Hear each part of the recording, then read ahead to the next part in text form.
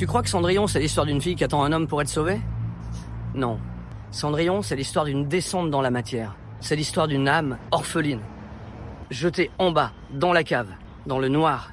Une âme couverte d'humiliation, de renoncement. Et c'est pas pour rien qu'elle s'appelle Cendrillon. Elle passe des heures assise au bord de la cheminée. Elle est couverte de cendres. Qu'est-ce qui couve sous la cendre, si ce n'est le feu? Et c'est de ce feu-là qu'elle va renaître. Elle est couverte de cendres, c'est la matière noire, la materia prima de l'alchimie, l'œuvre noire. Elle est donc rejetée, humiliée, elle vit dans la cendre, et c'est le début, la décomposition. C'est ce qui va permettre la transmutation.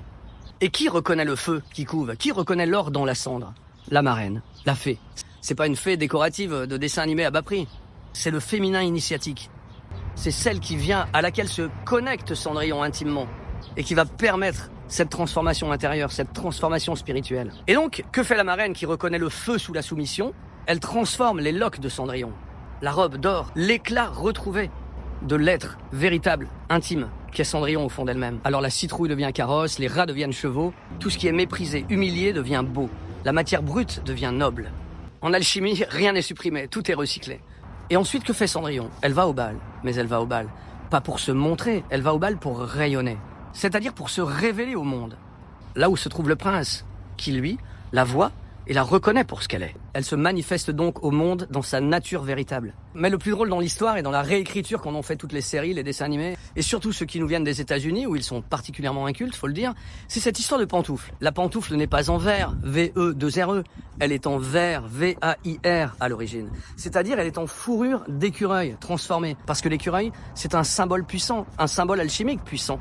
Un symbole d'enracinement et de transformation, un symbole de patience. C'est pour ça qu'elle se chausse de cette pantoufle de verre. C'est le contenant qui accueille son âme, renouvelée. Parce que l'écureuil qui fait provision pendant l'hiver est évidemment en lien avec le renouveau, avec le printemps à venir.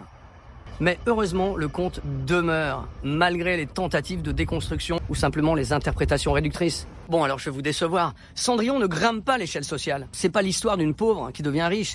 Ce n'est pas l'histoire d'une jeune fille qui commençait très mal dans la vie mais qui a eu beaucoup de chance de rencontrer un prince. Non. Même si c'est toujours bien de croire que ça peut nous arriver. C'est l'histoire d'une âme qui retrouve sa juste place. Le principe alchimique de l'union des polarités, des contraires, les noces chimiques, celles que j'ai évoquées en parlant de Blanche-Neige notamment. C'est pour ça que les contes se terminent toujours par « et ils vécurent heureux et eurent beaucoup d'enfants ». C'est important dans la vraie vie, enfin selon tes valeurs, mais c'est essentiel à l'intérieur de soi, cette réunification des polarités, et de vivre vieux, et très longtemps, c'est-à-dire connecté à soi, à sa nature véritable, à sa part divine. C'est pour ça que je te disais que le prince ne la sauve pas. S'il suit sa trace pour la retrouver, c'est parce qu'il la reconnaît, parce que l'amour vrai épouse ce qui est déjà là, l'or caché sous la cendre. Et toi, tu fais quoi de tes cendres ?